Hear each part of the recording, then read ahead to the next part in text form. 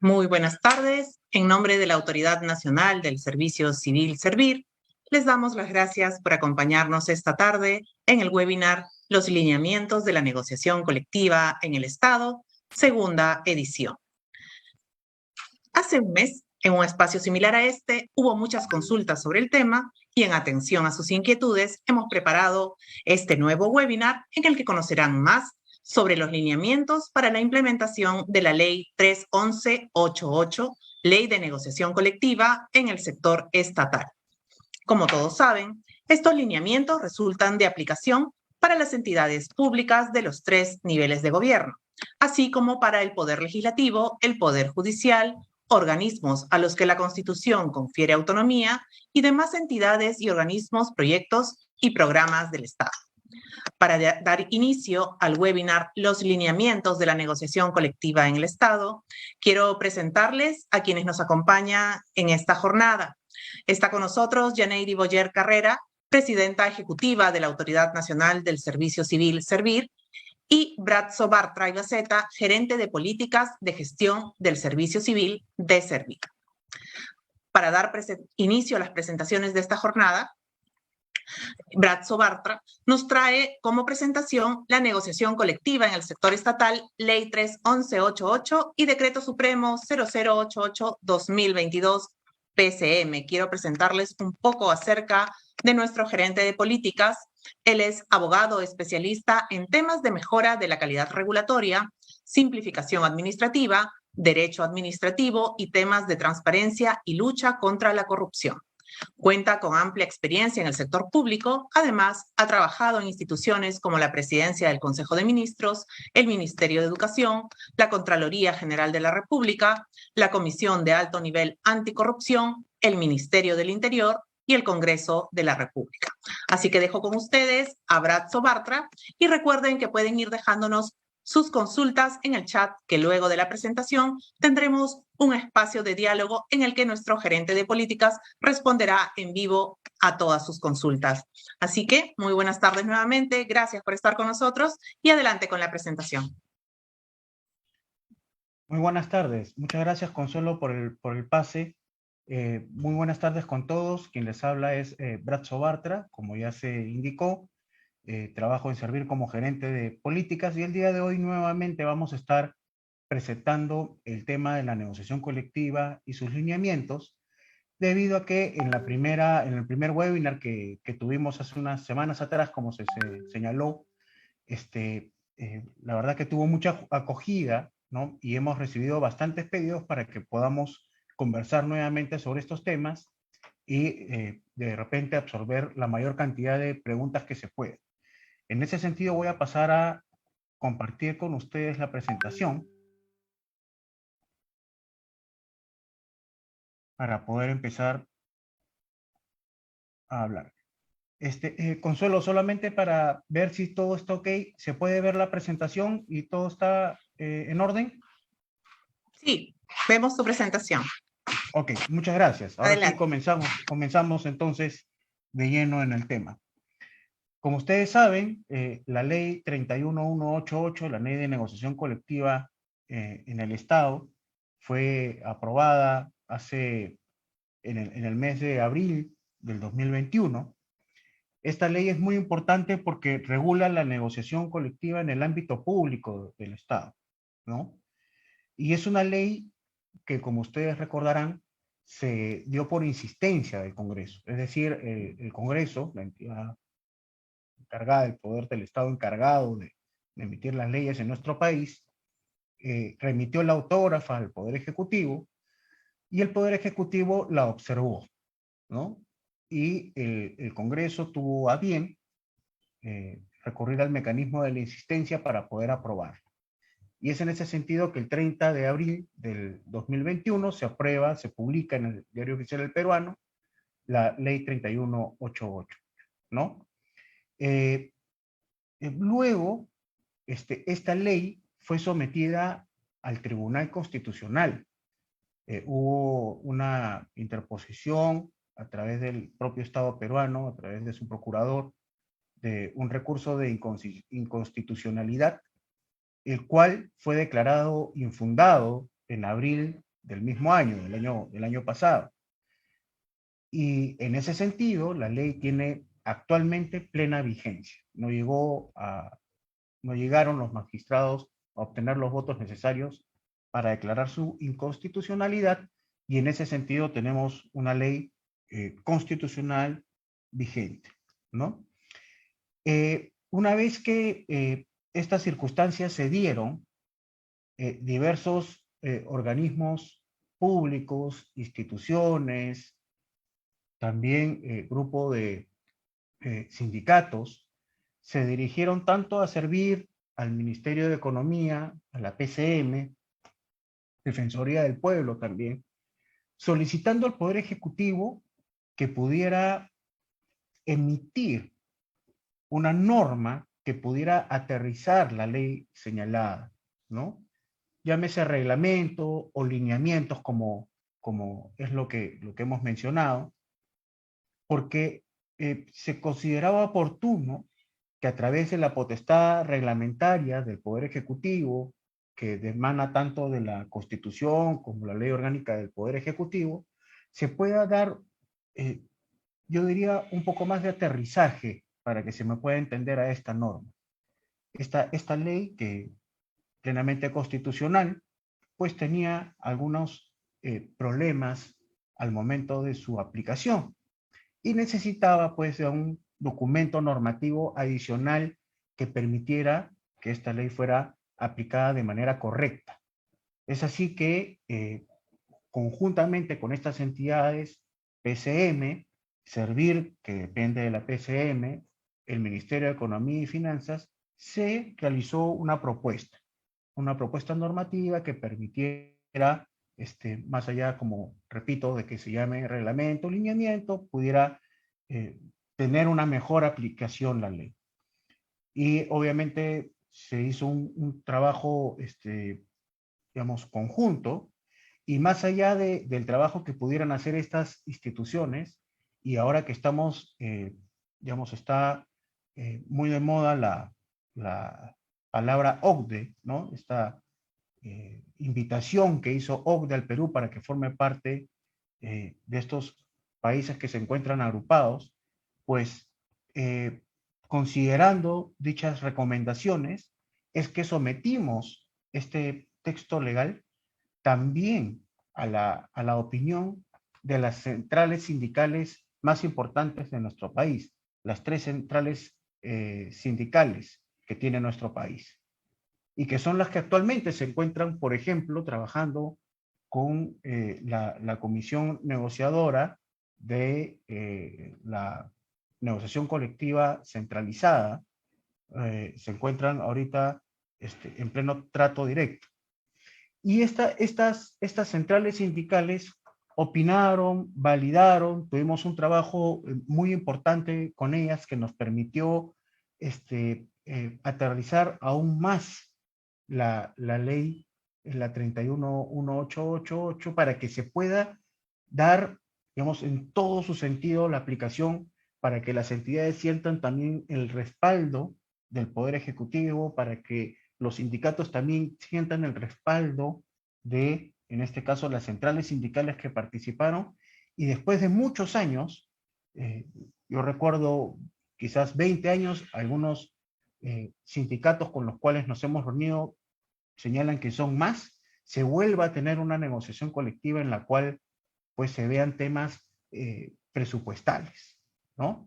Y esa es la idea justamente de este decreto supremo 008-2022 que fue aprobado el 19 de enero del 2022. ¿Okay?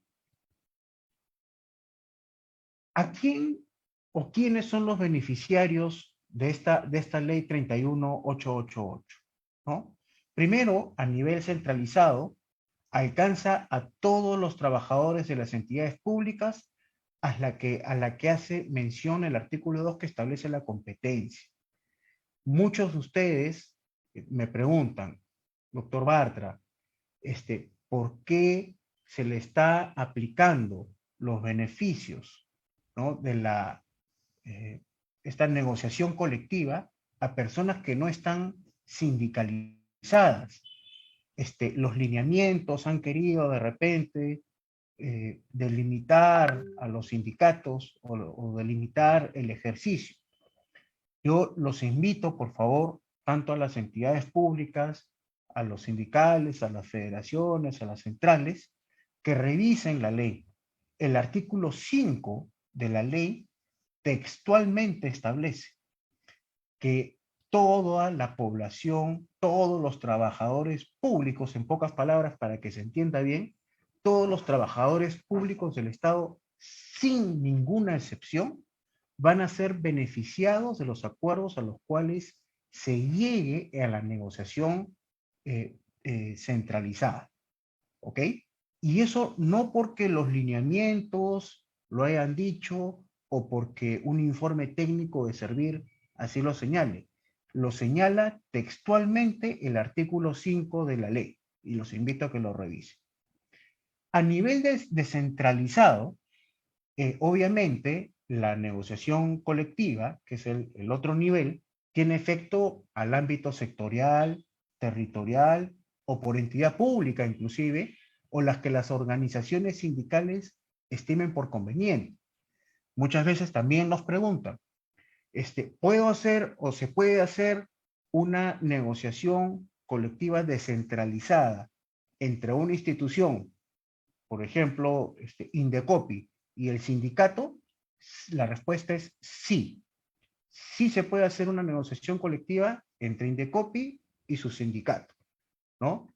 Se puede hacer negociación colectiva, por ejemplo, a nivel sectorial, es decir, hablemos del sector educación, hablemos del sector salud, para poner ejemplos muy concretos. Sí, y cuando es a nivel sectorial, involucra a todas las instituciones, ¿no es cierto?, que tienen que ver con ese nivel. Por ejemplo, si hablamos del sector salud, Ministerio de Salud, sus descentralizadas, las regionales, etcétera. Y ese es el ámbito de aplicación de esa negociación colectiva descentralizada, ¿no? También me han preguntado, ¿y es posible que se hagan varias negociaciones colectivas con una sola entidad o a nivel sectorial, pero teniendo en cuenta, por ejemplo, ¿no?, el régimen de contratación? La respuesta también es sí.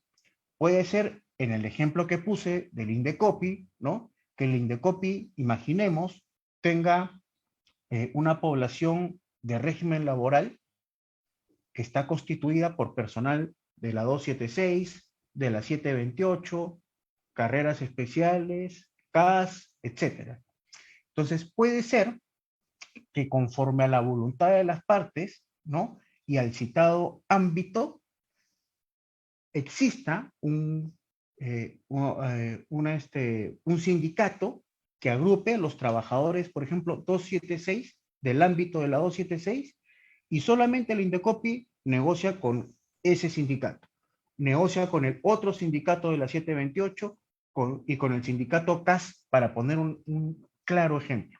Tiene 3 negociaciones colectivas que van a terminar en 3 convenios, los cuales son perfectamente válidos, porque acordémonos que la ley establece también, ¿no?, que hay derechos, por ejemplo, que no poseen, lamentablemente, entre comillas, nuestros compañeros que trabajan en el régimen CAS, ¿no? Entonces, hay temas que a ellos no se les aplica por su norma de regulación, diferente a la 728, diferente a la 276. Cada régimen tiene su normativa y se tiene que respetar en el ámbito, ¿no?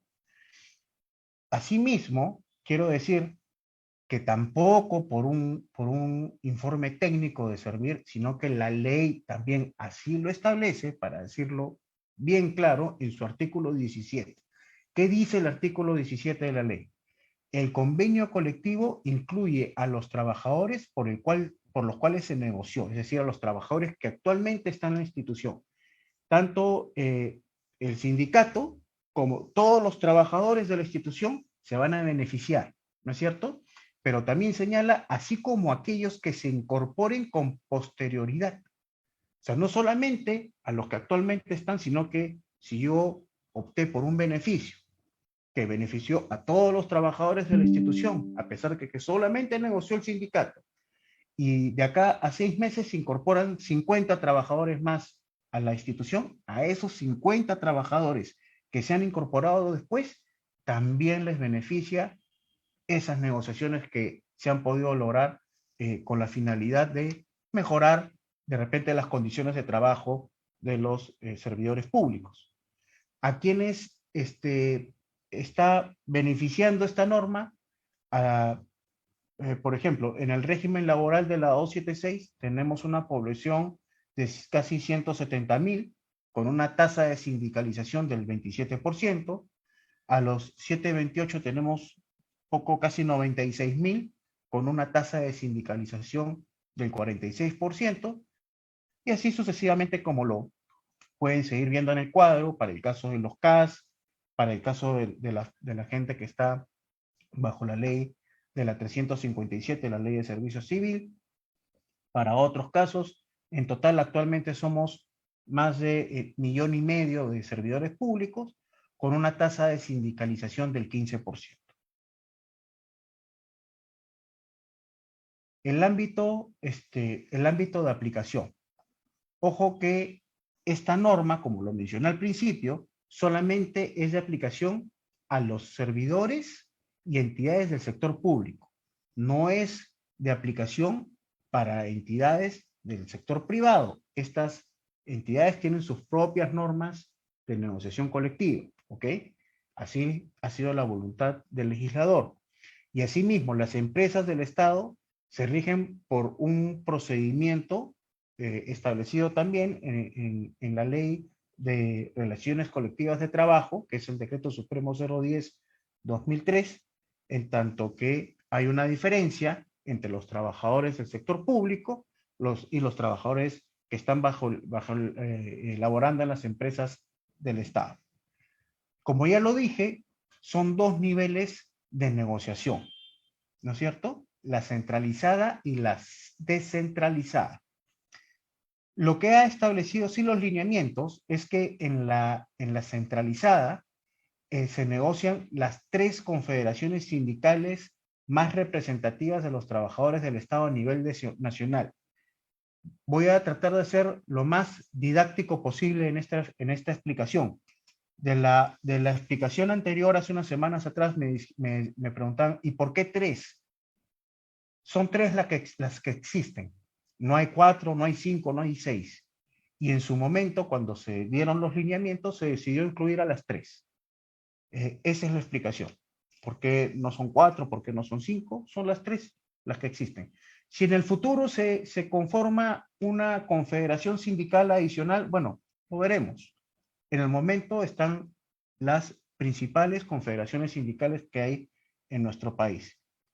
Y estas confederaciones, pues es indistinto a los regímenes laborales y al Poder Ejecutivo, a través de una comisión designada por la presidencia del Consejo de Ministros, con 21 representantes, es la contraparte, ¿no es cierto?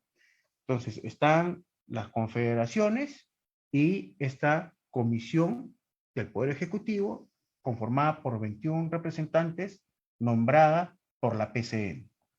A nivel descentralizado, ahí negocian las organizaciones sindicales más representativas en el ámbito y los representantes designados de las entidades públicas correspondientes, dependiendo obviamente del ámbito escogido por las organizaciones sindicales. Como hemos dicho, y lo paso acá para repetirlo rápidamente, el ámbito, ¿no? El ámbito puede ser sectorial, territorial y por entidad pública, o lo que las organizaciones sindicales estimen. Ejemplo de eso último, que sea por régimen de contratación, ¿ok? Para que quede bien claro. ¿Cuáles son las materias que pueden ser negociadas? Muchos me preguntan también al respecto, ¿no? Por ejemplo, las remuneraciones, cosa que el año pasado o las negociaciones colectivas anteriores no lo permitían, la novedad de esta ley 31188 es que se pueda negociar temas presupuestales como por ejemplo las remuneraciones. ¿Qué son las remuneraciones? Esa contraprestación económica que yo recibo como servidor público, ¿no? Como contraprestación a los servicios que yo brindo para la entidad, para el Estado en general. Esa es la remuneración. ¿Qué más se puede negociar? Las otras condiciones de trabajo con incidencia económica. ¿Qué significa estas otras condiciones de trabajo con incidencia económica? Son todos aquellos montos que se otorgan a los servidores públicos para el cabal desempeño de su labor o con ocasión de sus funciones y que no constituya un beneficio o ventaja patrimonial, ¿no es cierto? Por ejemplo, y que no forma parte obviamente de la remuneración. Por ejemplo, yo soy un trabajador que tiene que trabajar de repente en una mina, soy un trabajador del Estado que tiene que hacer de repente supervisión en una mina, y para poder yo desenvolverme de manera cabal en el desempeño de mis prestaciones, pues requiero de un atuendo especial, ¿no? De repente para no aspirar los humos, de repente para no tener daño auditivo, daño a los ojos, daño a la piel, y de repente inclusive también necesito una alimentación especial. Tengo que tomar leche o más leche o leche con ciertas características, por ejemplo, ¿no? Entonces, esos beneficios que no forman parte, ¿no?, de la remuneración, pero que se otorgan para que yo pueda realizar mejor mis funciones, están en esa columna. Después también se pueden negociar relaciones entre empleadores y servidores públicos, ¿no? Que son prestaciones sin incidencia presupuestal, referidas a la regulación o otorgamiento de beneficios o derechos individuales de los servidores públicos, ¿no? Como por ejemplo, algún beneficio individual que se pueda otorgar a un trabajador, de repente el tema de su nomástico, que de repente el trabajador se llega a un acuerdo en que el trabajador pueda recibirlo, pues, pero no el mismo día de su cumpleaños, porque de repente la persona no así lo requiere, sino requiere juntarlo con otros días o pasarlo para otro momento, ¿no? Las relaciones entre las organizaciones de empleadores y de servidores públicos, hay prestaciones también sin incidencia presupuestal referidas a la regulación u otorgamiento de derechos colectivos de los servidores públicos, a diferencia del anterior, que es individuales. Como por ejemplo, ¿no?, yo puedo otorgar ciertos beneficios a todos los trabajadores, por ejemplo, horario de verano, ¿no? A todos los trabajadores públicos, les digo, de una determinada institución, les digo que entre los meses de enero y febrero, por decir, pueden entrar de repente o quedarse laborando una hora más todos los días, y el viernes, ¿no? Hay algunas instituciones que lo hacen así, pueden salir a las 2 de la tarde. Y ahí se aplica para todos, ¿no? Igual trabajo todas mis horas a la semana, hay un beneficio para que yo pueda salir más temprano el viernes, no hay una incidencia presupuestal, la entidad no se ve afectada, obviamente. Y también otras que están dispuestas en las normas. Este tema que les voy a señalar es muy importante, lo que viene a continuación, porque también me han preguntado mucho a raíz de la intervención anterior que tuvimos. Me dicen o me preguntan, ¿no? ¿Se puede negociar a nivel descentralizado lo que ya se negoció a nivel centralizado? Y la respuesta es no. Y la respuesta es no, no por disposición de los lineamientos o nuevamente por disposición de algún informe de servir, sino es por disposición legal. La ley 3.1188, en su artículo 6, si la memoria no me falla, en el 6.2, establece que a nivel descentralizado solo puede negociarse aquello que no hubiera sido objeto de negociación, ¿no es cierto?, a nivel centralizado. Y por favor, que quede claro a las instituciones, a los servidores públicos, a los sindicatos, a las organizaciones sindicales en general. Servir no ha limitado el derecho. Servir lo que tiene que hacer es apoyar, acompañar, mejorar la implementación, pero que quien establece este tema es la ley. La ley lo establece. Ese es un tema un poco controvertido porque es la misma ley que señala que tanto la centralizada como la descentralizada arrancan todos los años el 1 de octubre. El 1 de octubre está, el 1 de noviembre, perdón, todos los años, el 1 de noviembre se puede presentar ya el proyecto, ¿no es cierto? Para que empiecen los tratos directos. Entonces, ¿qué es lo que pasa? Todos preguntan, pero si tanto la centralizada como la descentralizada empiezan al mismo momento, ¿cómo es posible que yo al final en la descentralizada pueda saber que ciertos temas ya han sido alcanzados ahí y no se puedan ver a nivel descentralizado? Pues lo que estamos nosotros señalando es que a nivel descentralizado puede pasar dos cosas. O los sindicatos y las entidades, o en el ámbito que se esté negociando, se esperan, ¿no?, a que dentro de poco culmine la negociación colectiva centralizada. Esa es la primera opción, y después se sientan a negociar sobre aquellos temas que no, en los cuales no ha habido incidencia en la centralizada. Y la segunda opción es que puedan seguir avanzando con las negociaciones en el entendido de ambas partes, lo pueden fijar en acta, en el entendido de ambas partes, en que va a llegar un momento en que cuando ya terminemos de negociar, vamos igual que tener que esperar a que culmine la negociación centralizada para poder ver exactamente sobre qué y sobre qué no es lo que puede contener este acuerdo a que se llegue de manera descentralizada. Hemos hablado de lo que podemos negociar, de cuáles son las cosas que cuando nos sentamos a la mesa, tanto las entidades del sector público como los sindicatos pueden negociar. Ahora vamos a hablar también brevemente de lo que no se puede negociar, de las materias no negociables.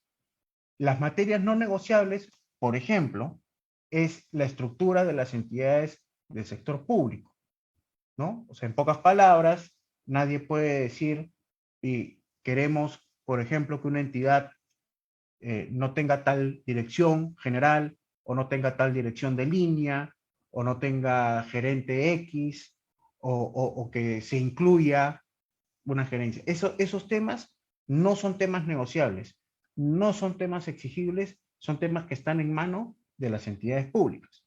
Eso no significa que ningún trabajador o ninguna sindicato pueda hacer, obviamente, alguna propuesta de mejora.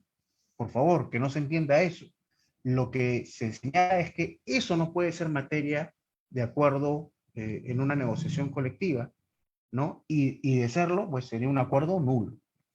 La aprobación, modificación, implementación u otra acción referida a planes, políticas nacionales o sectoriales que obviamente son de competencia de las entidades del sector público, ¿no? Por ejemplo, no sé, en temas medioambientales, pues el rector es el ministerio correspondiente, el Ministerio de Ambiente. Entonces, no podemos fijar, por ejemplo, en temas medioambientales, algún criterio, alguna política o plan o acción, porque ese tema está en manos de un órgano rector y no es materia o no podría estar, digamos, en manos de una negociación colectiva. Las atribuciones de dirección, administración y fiscalización de entidades del sector público, ¿no? Y sobre todo el ejercicio disciplinario. Yo no puedo, por ejemplo, decir en una negociación colectiva que se levante, por ejemplo, las sanciones que se dieron a determinadas personas porque incumplieron el reglamento interno del trabajo de una entidad respectiva. Eso también es un tema que cae por su propio peso.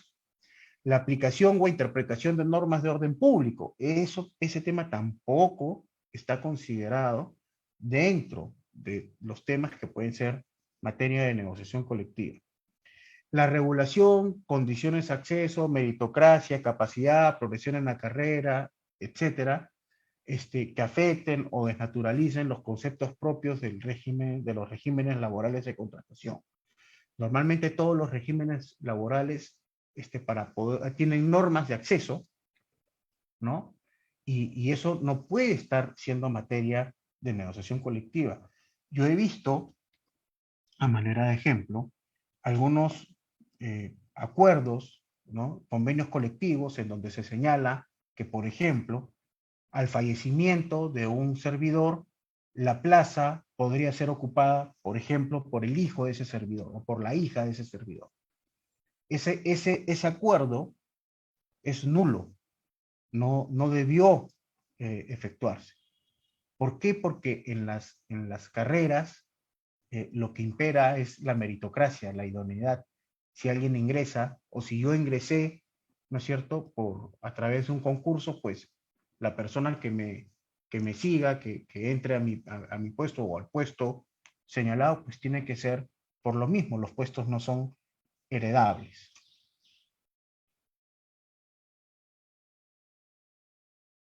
Este también es un tema que ha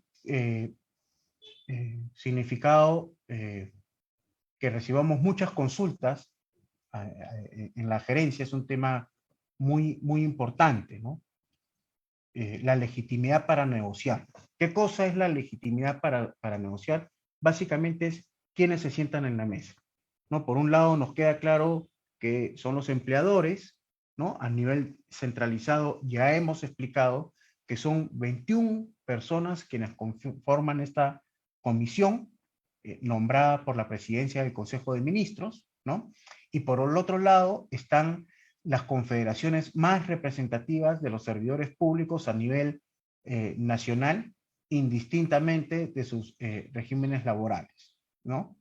Se entiende, como ya hemos dicho también, las más representativas, las que acrediten contar con el mayor número de servidores afiliados del total de servidores que existen en nuestro país, que aproximadamente, como también se ha mencionado, es de 1,5 millones, y se presenta un único pliego de reclamos en el cual, cuando se llega a un convenio colectivo, como hemos mencionado y está señalado textualmente en el artículo 5 de la ley, pues esa negociación es aplicable para todos los servidores públicos, ¿no? De todos los niveles de gobierno, nivel nacional, nivel regional, nivel distrital, ¿ok? En el nivel descentralizado, ¿no? Se da la situación cuando hay, por ejemplo, una sola organización sindical en el ámbito, ¿no? Si en el ámbito que se ha definido, ya sea ámbito territorial, sectorial o por entidad, hay un solo sindicato, pues ese sindicato será el que está legitimado a sentarse a la mesa para negociar. Y también lo que establece en la ley, en su artículo 9, es que el convenio va a ser aplicable para todos los trabajadores del ámbito, ¿ok? No significa que va a ser solamente aplicable para el sindicato. Cuando hay varias organizaciones sindicales, se negocia con el sindicato más representativo. Y aquí también vienen las consultas. Se dice, doctor Bartra, ¿cuál es el sindicato más representativo? En mi entidad hay 4 sindicatos, 7 sindicatos, 2 sindicatos. Es el sindicato mayoritario. Significa en este nuevo esquema legal impuesto por la nueva ley, por la ley 31188, es aquel sindicato que al momento de la presentación del pliego, del proyecto de convenio colectivo, contaba con el mayor número de trabajadores afiliados. Pero, doctor Bartra, normalmente siempre ha sido el 50% más uno. Sí, y así también lo entendió servir hasta la dación de la ley 31188. Esta ley cambia el sistema. Si ustedes revisan la ley, y los invito a hacerlo, esta ley ya no considera esa mayoría como mayoría absoluta, sino lo dice textualmente: cuando hay dos o más sindicatos que confluyen para que puedan ser elegidos para poder tener la negociación colectiva, al sindicato con el cual la representación de parte de la entidad se tiene que sentar, dependiendo del ámbito, obviamente, va a ser aquel sindicato que ostente la mayor cantidad de afiliados. Si, para poner un ejemplo, si hay dos sindicatos en una institución de 1.500 servidores públicos y un sindicato tiene 500 afiliados y el otro sindicato tiene 300 afiliados, el sindicato que tiene o que ostenta, ¿no es cierto?, la legitimidad para negociar en esa entidad pública, bajo ese ámbito, es el sindicato que tiene 500 personas afiliadas. ¿Esa es la mayoría absoluta? No es la mayoría absoluta. Si hemos hablado en el ejemplo de que hay 1.500 servidores públicos en esa institución, la mayoría es la mitad más uno, ¿no es cierto? 751 servidores públicos tendría que tener alguien para ostentar la mayoría. Doctor Bartra, ¿y por qué los sindicatos minoritarios no pueden negociar? No lo pueden porque la ley ha escogido esa vía. Antes se podía, así, antes se podía. Ahora la ley lo regula, la ley no lo regula. Y como recordemos, en materia pública, obviamente las decisiones que se toman tienen que estar reguladas. Y aquí se están comprometiendo recursos públicos. La ley en ningún momento menciona a los sindicatos minoritarios, que no significa que no sean importantes, que no significa que no tengan capacidad de representar. Lógico, tienen capacidad de representar, son importantes, son sindicatos que, digamos, en ese momento de la presentación del pliego no obtuvieron o no tenían la mayoría de trabajadores afiliados. Pero nada impide que las entidades públicas, y esto es una buena práctica que nosotros desde Servir la recomendamos, a pesar de que no está señalado en la norma, nada impide que las entidades también escuchen a sus sindicatos minoritarios, porque los sindicatos minoritarios también pueden tener muy buenas ideas que se pueden implementar, e inclusive puede ser parte de las negociaciones. Pero obviamente con quien la entidad tiene que cerrar, tiene que formalizar y tiene que firmar el convenio es con aquel sindicato que tiene la mayor cantidad de servidores públicos afiliados. ¿Este es un tema definido por Servir? No. Servir no ha definido que esto es así. Esto está en la ley, textualmente. Cuando hay varias organizaciones sindicales del mismo ámbito, se negocia con el más representativo. ¿Cuál es el más representativo? El que cuenta con la mayor cantidad de afiliados. Está en el artículo 9 de la ley, para que lo puedan revisar. Cuando hay varias organizaciones sindicales de diferentes ámbitos, se negocia también con el más representativo de cada ámbito de forma independiente, bajo las reglas establecidas anteriormente. Y también, en todos los casos, como lo menciona el artículo 5 nuevamente de la ley, los beneficios que se obtienen de los acuerdos y del convenio sindical es aplicable para todos los servidores, en este caso del ámbito o de la entidad. Aquí tenemos más o menos lo que le podemos llamar la hoja de ruta, el parámetro de tiempo en el cual el procedimiento de negociación colectiva transcurre. Lógico que, como lo dice la doctrina, y muchos de ustedes lo sabrán, los plazos que se establecen en materia de negociación colectiva son plazos ordenadores, no son plazos sancionadores o que establecen caducidad de derechos, etc. Muchas veces me preguntan, doctor Bartra, estamos en el trato directo, ¿no? Y tenemos, no, nos quedan 2 días y si no terminamos, tenemos que ir a conciliación, pero si voy a conciliación se interrumpe el trato directo y de repente algo a lo cual yo puedo llegar, digamos, en 5 días, se va a tener que extender 30 días más porque la conciliación dura 30 días y las partes no queremos ir a conciliación.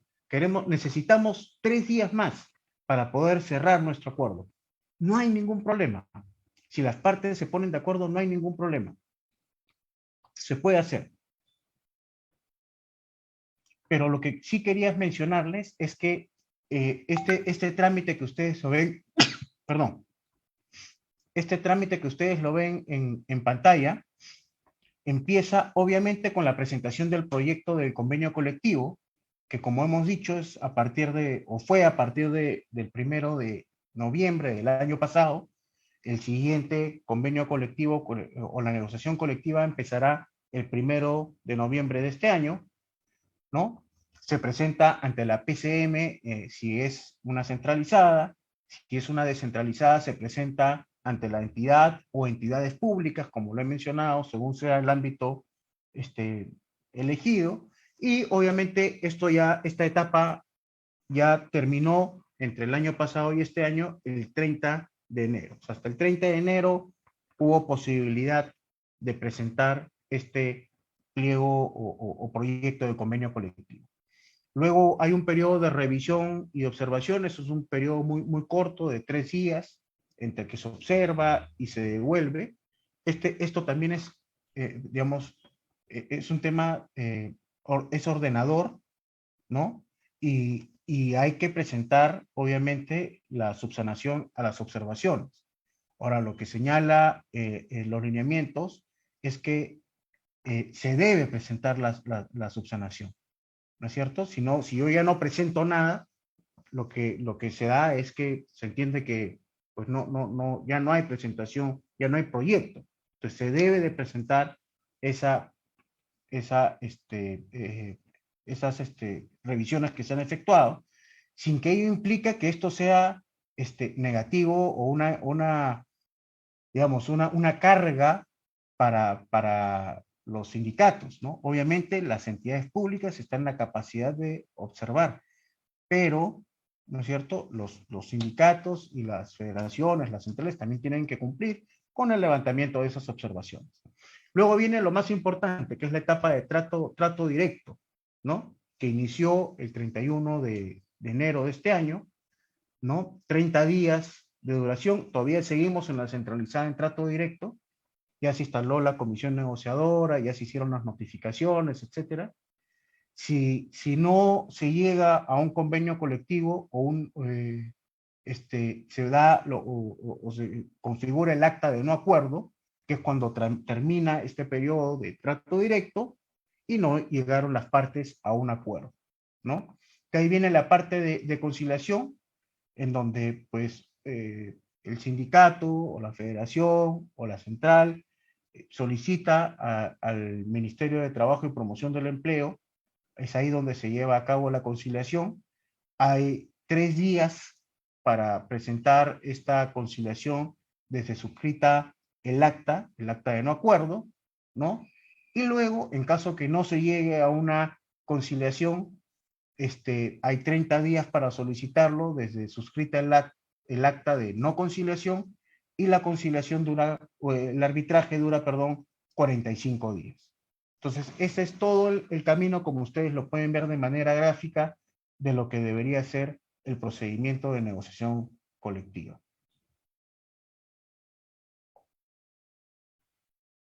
¿Cuál es el marco en el cual debe estar esta negociación colectiva, ¿no?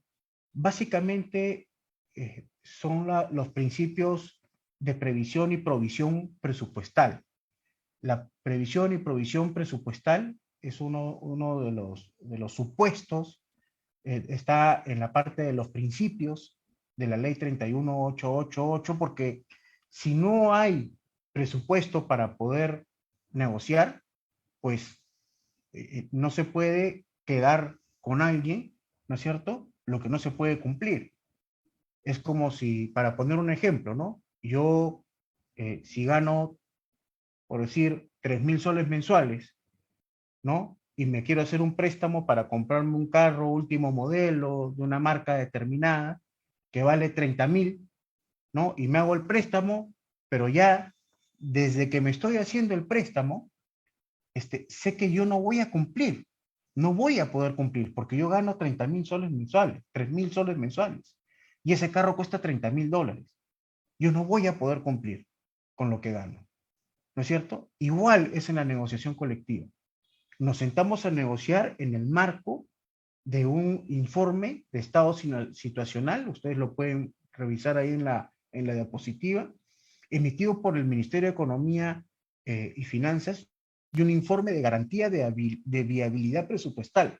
Y no solamente porque yo no puedo gastar más de lo que gano, ¿no? Como he puesto en el ejemplo, sino que si yo me comprometo como Estado, en virtud también digamos, de la buena fe que existe en la negociación colectiva, yo a los sindicatos les debo asegurar que voy a cumplir, ¿no es cierto? O sea, en pocas palabras, primero tengo que establecer un tema de responsabilidad, es decir, oye, ¿puedo yo llegar a estos acuerdos? ¿Puedo sostenerlos en el tiempo? Esto es algo, estoy siendo negligente en los gastos a los cuales me estoy comprometiendo. Y dos es, oye, si lo puedo hacer, me tengo que comprometer, te tengo que decir, oye, sí lo voy a hacer. Y lo voy a hacer no solamente hoy, lo voy a hacer el 2022, el 2023, el 2024, etcétera. ¿No es cierto? Entonces, en el primer informe que emite el Ministerio de Economía y Finanzas, define cuál es el espacio fiscal para que las partes de las entidades públicas puedan constituir sus pliegos presupuestarios sin perjuicio de lo que estas puedan identificar, ¿no?, como posible priorización en el marco de la asignación presupuestal multianual. Esa es la parte técnica, ¿no? Más allá de las palabras técnicas, oye, ¿cuánto puedo gastar? Y si esto lo puedo sostener en el tiempo como lo he mencionado, ¿no? Y el informe de viabilidad presupuestal ya no solamente lo elabora el MEF, sino que lo elabora cada entidad en la cual se evalúa la propia capacidad fiscal y financiera y presupuestaria, así como la gestión de sus recursos humanos, para yo poder llegar al acuerdo e implementar el convenio colectivo y tener la disponibilidad presupuestal. Y también ser consciente de que ese acuerdo al que yo estoy llegando no implique que, por ejemplo, mi entidad quiebre, cosa que pasó, por ejemplo, hace muchos años atrás con algunas municipalidades distritales, que la municipalidad prácticamente servía para poder, obviamente, pagar las remuneraciones y poder pagar los acuerdos sindicales, pero ya no podía brindar los servicios que una municipalidad tiene que brindar. Y a ese nivel es al cual no se quiere llegar, ¿no?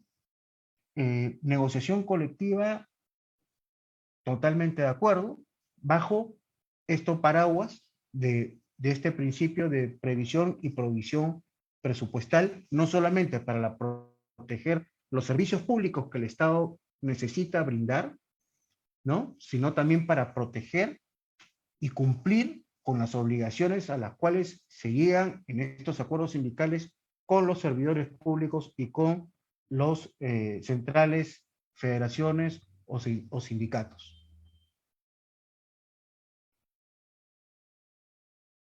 Como ustedes saben, ya lo he mencionado también, esta ley, esta es la primera negociación colectiva después de muchos, muchos años que permite negociar condiciones económicas y remuneraciones. Sí es posible, y lo vuelvo a repetir, negociar condiciones económicas a nivel descentralizado, ¿ok? Sí, sin embargo, que quede claro que puedo llegar a acordar a nivel descentralizado solamente si y solo si no haya algún acuerdo de la misma naturaleza en una negociación centralizada. Si, por ejemplo, a nivel descentralizado se queda que por escolaridad, ¿no? Un bono por escolaridad. En el mes de febrero todos los servidores del Estado van a recibir 200 soles por escolaridad. A nivel descentralizado yo ya no puedo negociar ese bono. No se puede. ¿Por qué? No porque lo hice servir, porque lo manda la ley. ¿No es cierto? Y también las previsiones y provisiones presupuestales de las cuales hemos estado hablando. ¿No? Esto ustedes lo pueden revisar, está en el artículo 6.2 de la ley, en la cual se señala que las condiciones de empleo, condiciones de trabajo, que incluyen remuneraciones y otras condiciones con incidencia económica, se pueden negociar, ¿no? Que resulten de aplicación a los trabajadores comprendidos en el ámbito con exclusión, que quede bien claro, 6.2, artículo 6.2 de la ley, con exclusión de las materias pactadas a nivel centralizado, ¿ok? Y eso también lo hemos recogido en un informe técnico. Pero esa sentencia, esa norma nace en la ley. Es decir, la ley es la que establece primero la centralizada, luego la descentralizada, porque si no, no hay otra forma de saber si mi convenio sindical contiene acuerdos válidos o nulos, porque la ley señala que si yo acuerdo algo que ya se acordó en la centralizada, es nulo. Entonces, primero, obviamente, tengo que ver qué es lo que pasa a nivel centralizado. Otro tema por el cual y ya lo he mencionado, se pregunta mucho, hay muchas dudas, es la determinación del ámbito de representación de la organización sindical, ¿no? Y lo que hemos dicho, y lo repito para que haya énfasis, es que la negociación colectiva a nivel descentralizado se puede llevar a cabo en varios ámbitos.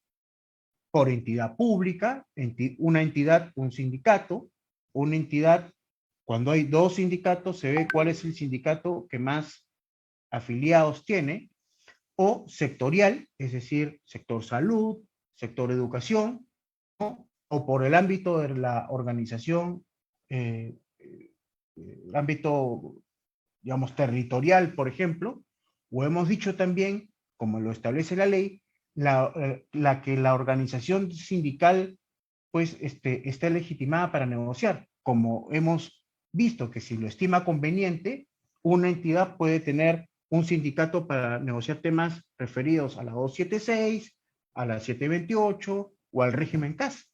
Es perfectamente válido.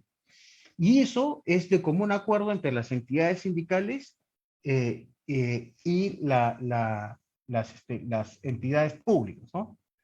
Eso también lo hemos recogido en el informe técnico 245-2022. Pero, obviamente, en ese acuerdo, en esas actas, hay que establecer claramente cuál es el ámbito de aplicación con el cual se está negociando. Respecto a la legitimidad para negociar también, ¿no? Ya lo hemos mencionado, lo voy a mencionar, eso también está en un informe técnico, en el 123, pero vuelvo a decir que este tema está recogido en la ley, ¿no es cierto? En la ley, cuando se habla de la legitimidad, se señala, si hay un solo sindicato, cuando estamos hablando obviamente de la descentralizada, si hay un solo sindicato, negocio con ese sindicato. Si hay más de un sindicato, escojo al que mayor representatividad tiene. ¿Cuál es la representatividad ahora? Quien ostente la mayoría al momento de la presentación del pliego. Ya no es la mayoría absoluta. Entonces tenemos tres opciones, ¿no? Si solo existe una organización sindical, obviamente en el ámbito, negocio con ellos y los beneficios son para todos. ¿Quién lo dice? La ley. La ley señala en su artículo 5 que los beneficios son para todos los del ámbito. Si existiera más de una organización sindical, como ya he mencionado, escogeré, tendrá la legitimidad para negociar aquel sindicato que ostente el mayor número de afiliados respecto del total de servidores públicos del ámbito.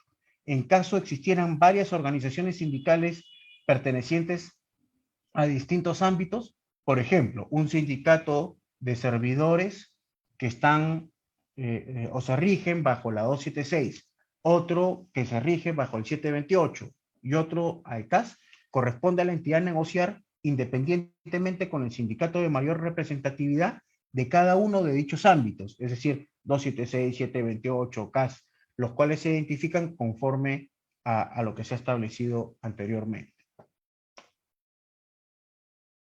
Sobre la representación de los servidores en la negociación colectiva, lo que hay otro informe técnico que también hemos dado, el 155-2022, obviamente que solamente pueden intervenir en la negociación colectiva los que están representados por una organización sindical debidamente inscrita en el registro de organizaciones sindicales de servidores públicos. Nos han llamado aquí también y nos han consultado muchas instituciones públicas ahora que dicen, ¿y cómo yo sé cuál es la institución?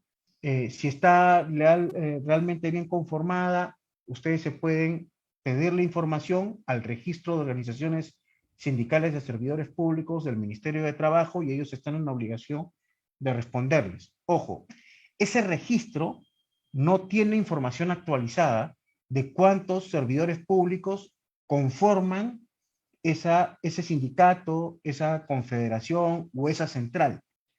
Eso corresponde tanto al sindicato, a la federación, como a la entidad. La entidad es la que va a tener que corroborar, obviamente, ¿no? Y para terminar y dejar un tiempo para las preguntas y respuestas que se puedan ir dando, quería señalar que de antemano ya nos han hecho algunas consultas y hemos estado evaluando, digamos, cuáles son las más reiterativas, y lo que hemos visto es que, por ejemplo, ¿no? Nos preguntan siempre, ¿la citación a negociación colectiva puede ser realizada por cualquiera de los representantes de la parte empleadora? La respuesta a esta inquietud es que conforme al artículo 17 de los lineamientos, la notificación de la citación para la sesión de instalación debe ser efectuada por el presidente de la representación empleadora dentro de los 10 días calendarios siguientes a la fecha de presentación del proyecto de convenio colectivo. Es un tema de formalidad. Después nos preguntan, ¿es correcto que una citación a negociación colectiva sea realizada de manera verbal o por celular, por ejemplo? Es cierto, los lineamientos no precisan una formalidad, ¿no?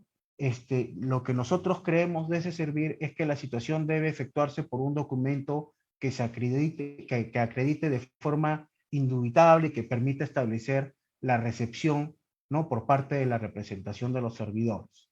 Estas son algunas preguntas y respuestas rápidas y frecuentes que hemos podido encontrar, ¿no? Finalmente, nos preguntan siempre, ¿no? ¿Sería posible aprobar una norma sancionando a las instituciones públicas que a la fecha no dan inicio al trato directo? ¿Qué pasa si se presenta un proyecto de convenio y no se tiene ninguna respuesta? Como lo he dicho, la negociación colectiva se rige por principios. Hemos hablado de un principio muy importante que es el de previsión y provisión presupuestal, pero también hay un principio también importantísimo que es el de la buena fe negocial.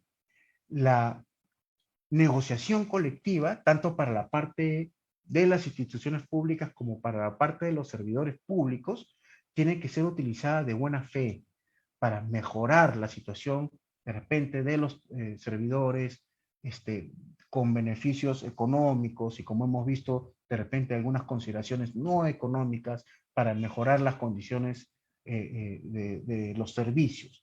Y tenemos que tener siempre presente, por favor, siempre presente que nosotros como servidores públicos, y me incluyo porque yo también soy un servidor público, ¿no? Nos debemos a quienes, a los ciudadanos. Todo lo que hacemos redunda, ¿no?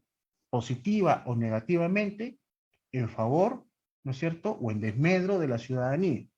Si yo utilizo esta relación entre la institución pública y los sindicatos de manera negativa, obviamente va a redundar de manera negativa a los ciudadanos, porque se van a dar servicios o no se van a dar de repente algunos servicios, o se van a dar servicios de menor calidad. Lo que se busca con esto es que los servidores, obviamente, mejoren sus condiciones, pero que esas condiciones redunden también en dar mejores servicios, mejor calidad a la ciudadanía, que es a quien nos debemos finalmente. Yo con esto termino, por mi parte, dejo de compartir para que podamos entrar de repente a una ronda de preguntas. Consuelo, muchas gracias. Agradecemos a nuestro gerente de políticas de gestión del Servicio Civil de Servir, Brazzo Bartra, por esta presentación tan clara y didáctica. Y efectivamente vamos a iniciar este momento de diálogo, no sin antes agradecer a todos los que nos han estado dejando sus consultas en nuestro chat desde diferentes regiones del país, que quiero pasar a mencionar porque me parece muy importante. Muchas gracias por estar con nosotros desde la Municipalidad Distrital de Ichocán, desde la Municipalidad Distrital de Huarmaca, de Huánuco, de Trujillo, desde Pisco, en Ica, Chachapoyas, Ayacucho, nos dice que está presente, desde el Callao. También el Sindicato de Empleados de la Municipalidad Distrital de San Miguel se ha hecho presente en este webinar, la Municipalidad del Cusco, CAS del Poder Judicial, Ancash, Loreto, Arequipa, Lambayeque. Muchísimas gracias por acompañarnos esta tarde. Y pues bien, nos han dejado a lo largo de la semana muchas preguntas respecto al tema y también el día de hoy, así que estamos tratando de poder responder la mayor cantidad de ellas en este espacio. Así que vamos con la primera de las preguntas hacia nuestro gerente de políticas. La consulta es la primera. Si en años anteriores no fueron otorgados los beneficios a los CAS sindicalizados, ¿se puede realizar una acción de cumplimiento?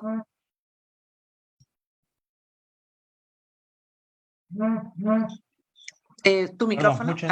Sí, ok. Muchas gracias, Consuelo, por la pregunta y agradezco, la verdad, que este evento también haya tenido acogida de diferentes espacios de nuestro país.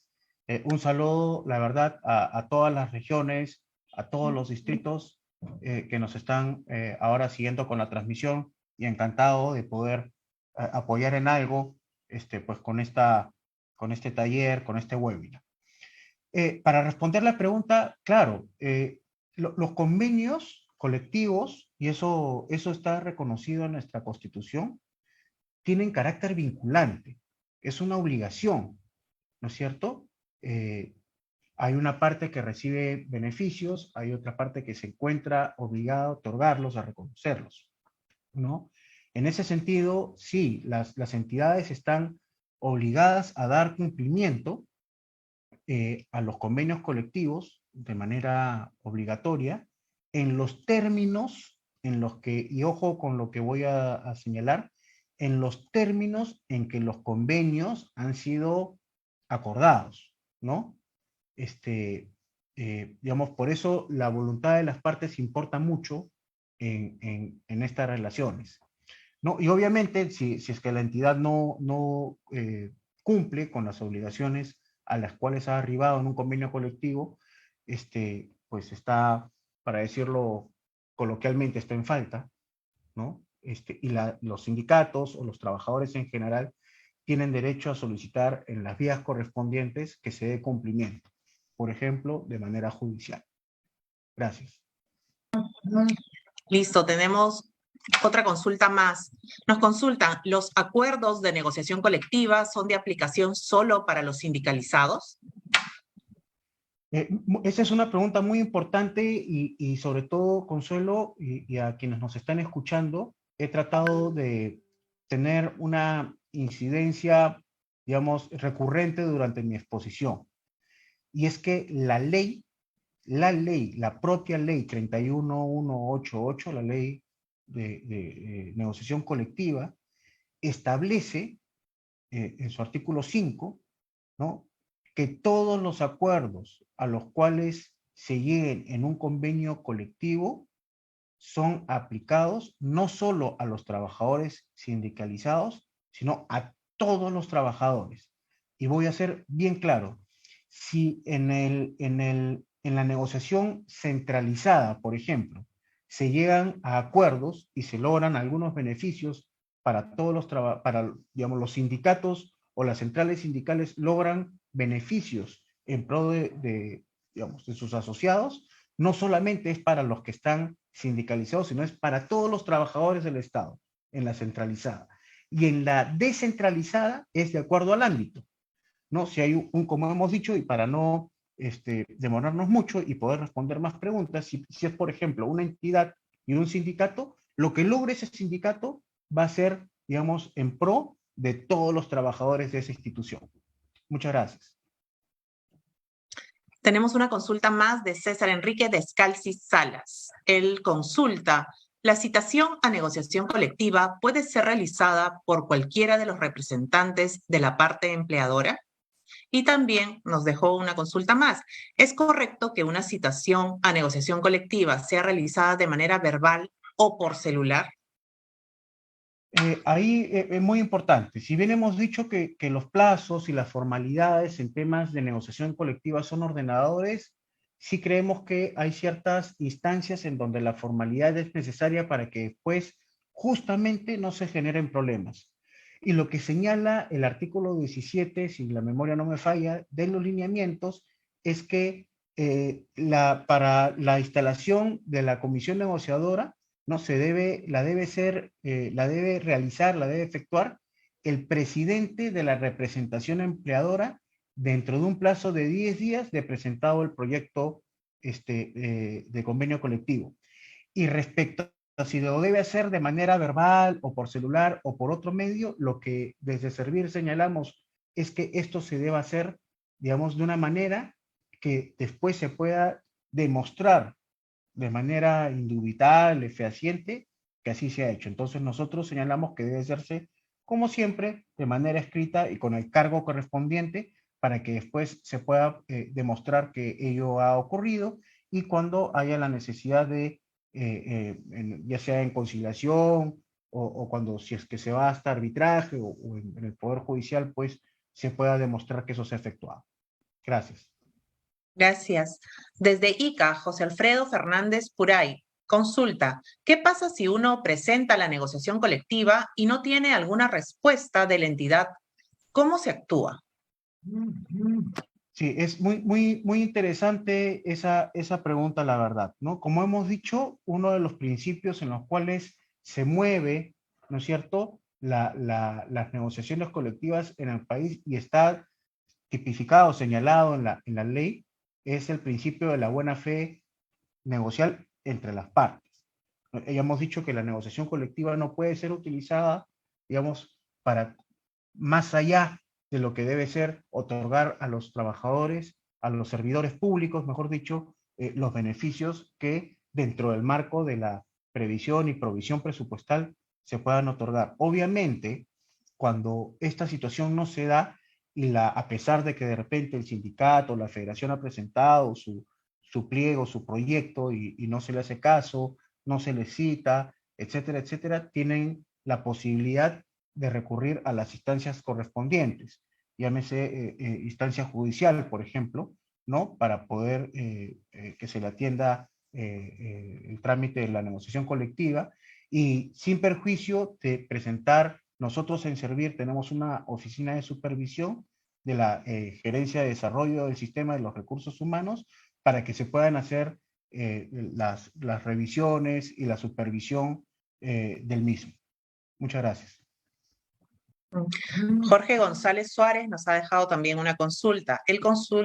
Su pregunta es, ¿cómo podemos tener acceso al pliego de reclamos para saber quiénes la integran? Porque es de su interés conocer si son personas que los representan en este convenio colectivo centralizado. Una pregunta también muy interesante y sobre la cual he reiterado mi opinión en este taller, en este webinar, ¿no? Una vez que se recibe el proyecto de convenio colectivo, la entidad es la que lo recibe, ¿no es cierto? Hemos dicho que para corroborar en esta etapa de revisión, ¿no es cierto? Lo que están haciendo las entidades es acudir a esta oficina que se encarga del registro de los sindicatos en el Ministerio de Trabajo. Pero quien debe probar, ¿no es cierto?, cuántos afiliados tiene al momento de la presentación del pliego es la propia organización sindical y es la entidad la que verificará, ¿no es cierto? La entidad es la que verifica. Y es al final, si hay, por ejemplo, 2 o 3 sindicatos que presentan pliego, ¿no es cierto? Deben de presentar, obviamente, su planilla en los cuales puedan demostrar quiénes son sus afiliados y la entidad es la que dará, obviamente, a través de una verificación, tomará la decisión final de cuál es la organización sindical que ostenta la mayor cantidad de afiliados y con esa es la que tiene que sentarse a negociar, no sin volver a repetir que es una buena práctica poder escuchar a los demás sindicatos a pesar de que no tengan la mayoría. Eso es una buena práctica. María Cabrera Hernández consulta, si en la negociación colectiva se otorga una nivelación tanto de refrigerio como de pasajes, la misma que forma parte de las remuneraciones, ¿procedería dicha acta de trato directo toda vez que las normas legales vigentes prohíben el aumento de remuneraciones en el último año de gobierno de la autoridad electa? Si la respuesta fuera que no procede, ¿qué sustento legal se podría argumentar para pedir nulidad de esa acta de trato directo? Y si la respuesta fuera positiva, ¿en qué base legal se sustentaría? Ya, bueno, primero, de antemano, obviamente estamos en el primer año de gobierno, no corresponde, digamos, esa parte de la consulta, pero como hemos mencionado, después de muchos años de espera y seguro a raíz digamos, el trabajo que han realizado las organizaciones sindicales a través de los años, se ha logrado nuevamente que a través de esta ley, la 31188, y la ley de presupuesto también que se ejerce para este año, que las condiciones económicas son una materia pasible de poder negociar en estos tratos directos. ¿Ok? Entonces, por ese lado, no hay ningún problema. Lo que sí, simplemente para acotar, es que esas condiciones económicas primero se ven, y eso está, la base legal es el artículo 6 de la ley, ¿no es cierto? El artículo 6 de la ley es la que establece, 6.2, es la que establece que lo que se ve en la centralizada no se puede ver en la descentralizada. Entonces, sí es pertinente también agregar que siempre y cuando estos acuerdos económicos a los cuales se pueda llegar en materia o en el nivel descentralizado no hayan sido vistos en el nivel centralizado. Gracias, María Cabrera. Milagros Pinto Herrera pregunta, ¿existen fechas específicas para que los trabajadores puedan presentar la petición de pacto colectivo? Lo que señala la ley, y ha sido muy clara, y sobre eso los lineamientos también han sido muy claros, es que los proyectos de convenio colectivo tienen que ser presentados y como lo he señalado, entre el 1 de noviembre, por ejemplo, en la actual negociación colectiva, el 1 de noviembre del 2021 hasta el 30 de enero del 2022. Para el siguiente año, para la negociación colectiva que va a ser posterior a este 2022, será entre el 1 de noviembre del 2022 hasta el 30 de enero del 2023 y así sucesivamente. Muchas gracias, Milagros, también por la pregunta. María Imán, buenas tardes. ¿Una entidad tipo B, como una DRE o una UGEL, pueden realizar la negociación colectiva descentralizada sin la intervención de la entidad tipo A, como es un gobierno regional? A diferencia de la ley y buena pregunta también, ¿ah? A diferencia de la ley del servicio civil, la ley de negociaciones colectivas no ha hecho o no ha previsto estas diferencias, ¿no? En que las entidades tipo B se vean representadas por su entidad tipo A, ¿no? Para estos temas de negociación colectiva. Es más, ¿no? O sea, en pocas palabras, la actividad, todas las entidades pueden tener su proyecto de convenio. No hay ningún problema en este caso. Armando Hernández Angulo nos consulta si se puede iniciar el trato directo pese a que el plazo de 10 días calendario que prescribe la ley para iniciar el trato directo ha vencido. Sí, es lo que, por ejemplo, está ocurriendo en la negociación centralizada, ¿no? Por diferentes temas, cambios de ministros, organizaciones. Además, debemos de tener en cuenta que esta, como se ha señalado ya, esta es una negociación que permite ver temas, por ejemplo, remunerativos, presupuestarios, después de muchos años, ¿no? Y en doctrina, como ya he señalado, estos plazos son ordenadores. Entonces, sí, no hay ningún problema. En principio, deberíamos ajustarnos a los plazos para tener una negociación ordenada, pero no hay ningún problema porque este exceso de plazo no implica la imposibilidad de continuar con la negociación en el trato directo, ¿no? Incluso he mencionado que, por ejemplo, si ya no solamente estamos hablando de iniciar el trato directo, sino hasta de culminarlo, y nos faltan pues un temita que lo vamos por cuestiones de repente de datos, información, etcétera, tenemos que, necesitamos 5 días más y ya se nos vence porque tenemos, sino que iniciar la conciliación, pues no hay ningún problema, las partes se ponen de acuerdo, nos esperamos 5 días más y en lugar de irnos a una conciliación de 30 días, pues cerramos en 5 días más y las partes, ambas partes, tanto la parte de las entidades públicas, empleadoras y los servidores representados por sus sindicatos, pues quedan contentos con la negociación. Bien, Carlos Augusto Mesa quiere saber si un sindicato nuevo puede hacer un pliego de reclamos.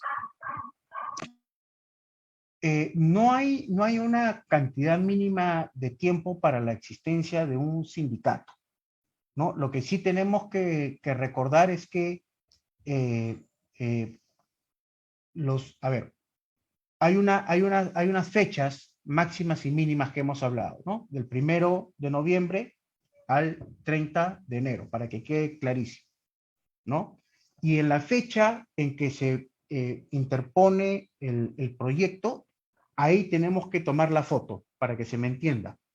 Un sindicato presenta en ese momento su pliego, su propuesta, se toma la foto y se ve, la entidad tiene que ver a raíz de la información presentada por el sindicato, si es que ese es el sindicato mayoritario. Ese sindicato que ha presentado esa propuesta puede ser un sindicato de muy corta vida, si se quiere decir. De repente puede tener 1, 2, 3 meses en la entidad, pero tiene que demostrar que al momento de la presentación ostentó la mayor cantidad de afiliados, ¿ya?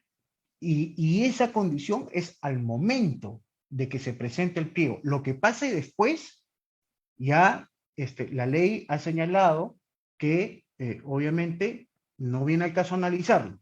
Ya ese va a ser el sindicato elegido para negociar. Y repito una vez más, eso no quita que las entidades puedan sentarse a negociar o a escuchar, mejor dicho, a los sindicatos minoritarios. Es una buena práctica escucharlos.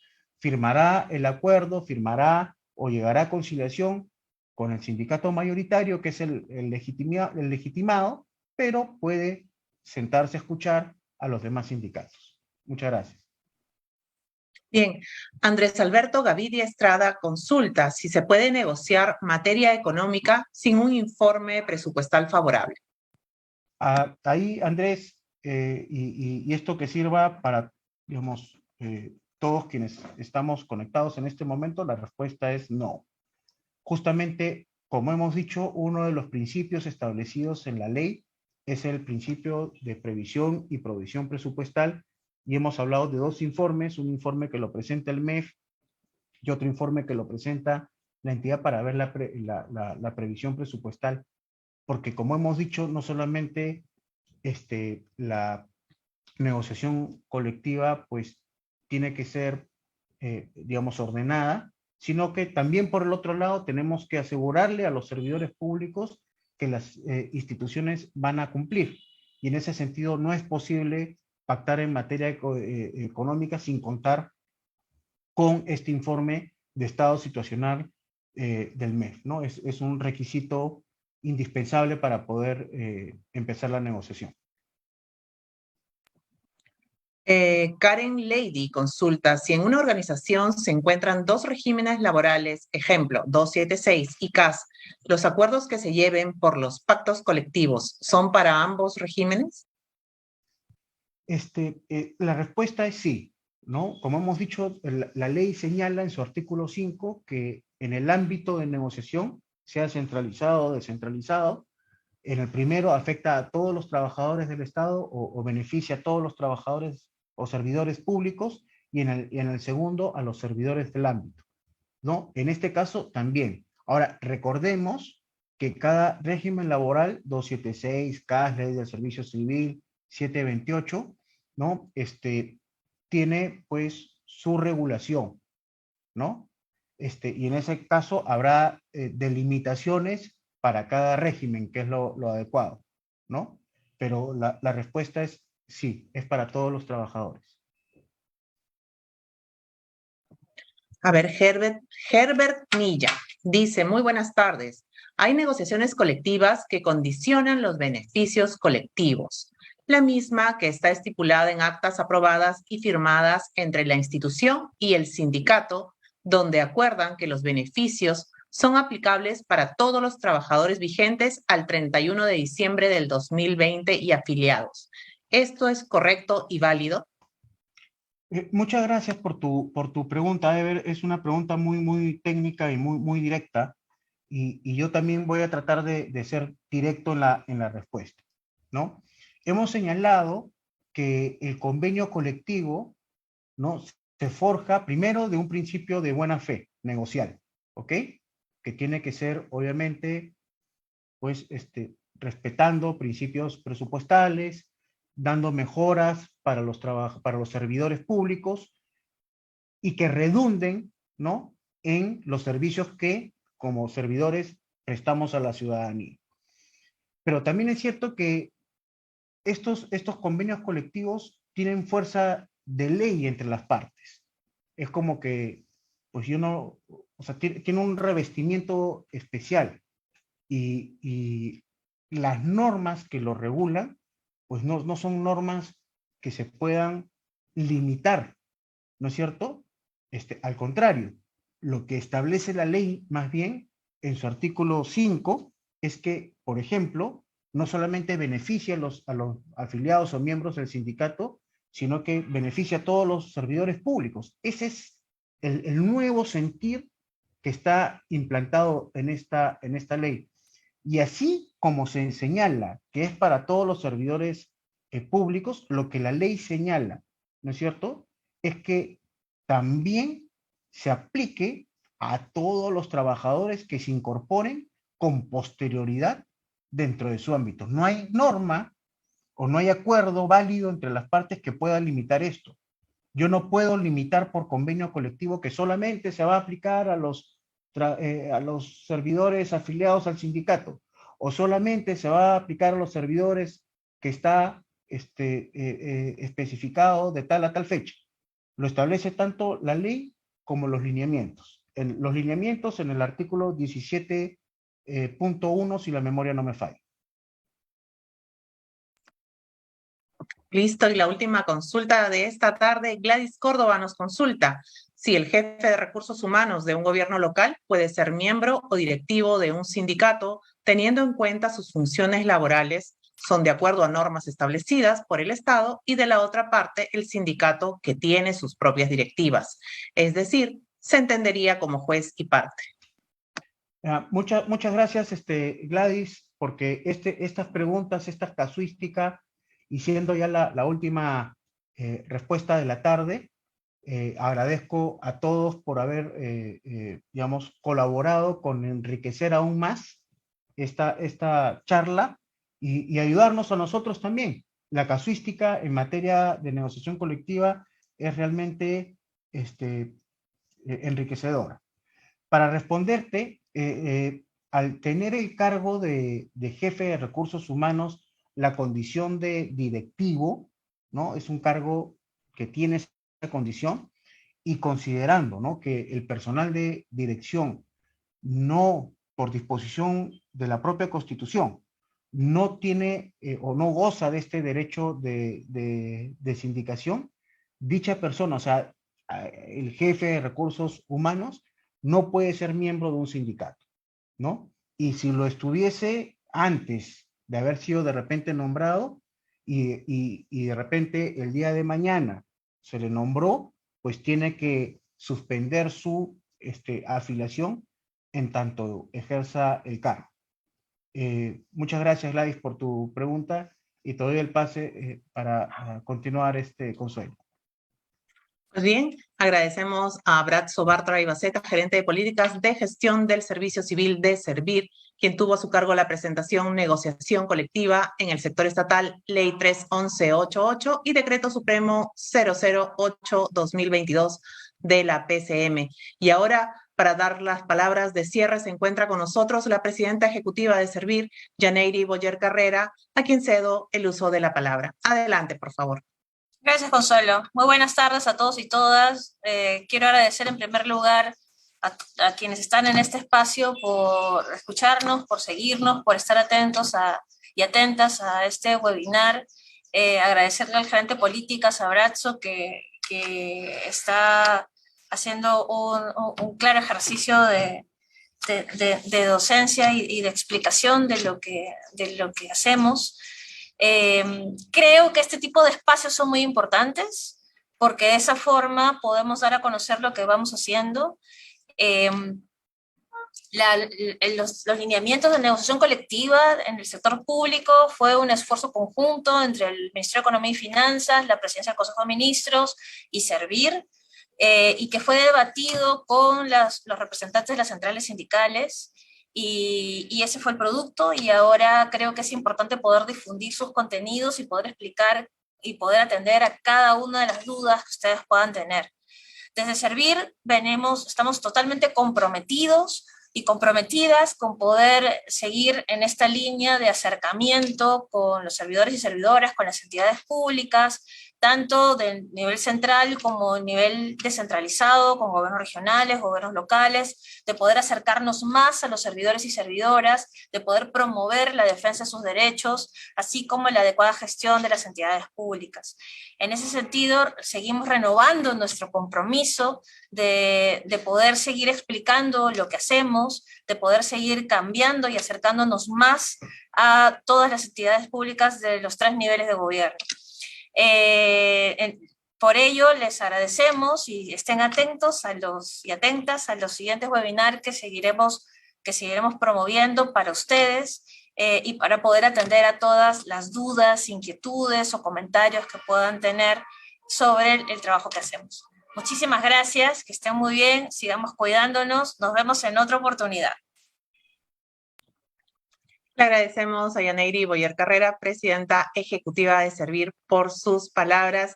Y no quiero despedirme sin agradecerle a todos los que estuvieron conectados con nosotros desde la Municipalidad Provincial de Arequipa, Municipalidad Distrital de La Perla, desde Yanacancha, desde la Municipalidad de Barranca, desde la Gerencia Regional de Salud de Lambayeque, la Municipalidad Provincial del Cusco, Beneficencia de Huancayo, Municipalidad de Torata, de Ate, desde Chiclayo, desde la Municipalidad Distrital de Chilca en Huancayo, desde Yauli en La Oroya, desde Hualmay, desde Patapo, el Sindicato de Trabajadores de la Zona Registral 9, sede Lima también, el Sindicato de Trabajadores del Ministerio de Trabajo, Municipalidad de Magdalena del Mar, desde la Municipalidad Provincial de Calca, del Sindicato Sutrared de Barranco Chorrillos Surco. Muchísimas gracias por haber estado con nosotros esta tarde y los invito a que sigan con nosotros a través de nuestras redes sociales y desde nuestra página web. Así que cuídense y cuiden a los suyos, no bajen la guardia. Hasta pronto. Nos vemos, muchas gracias. Hasta pronto, gracias.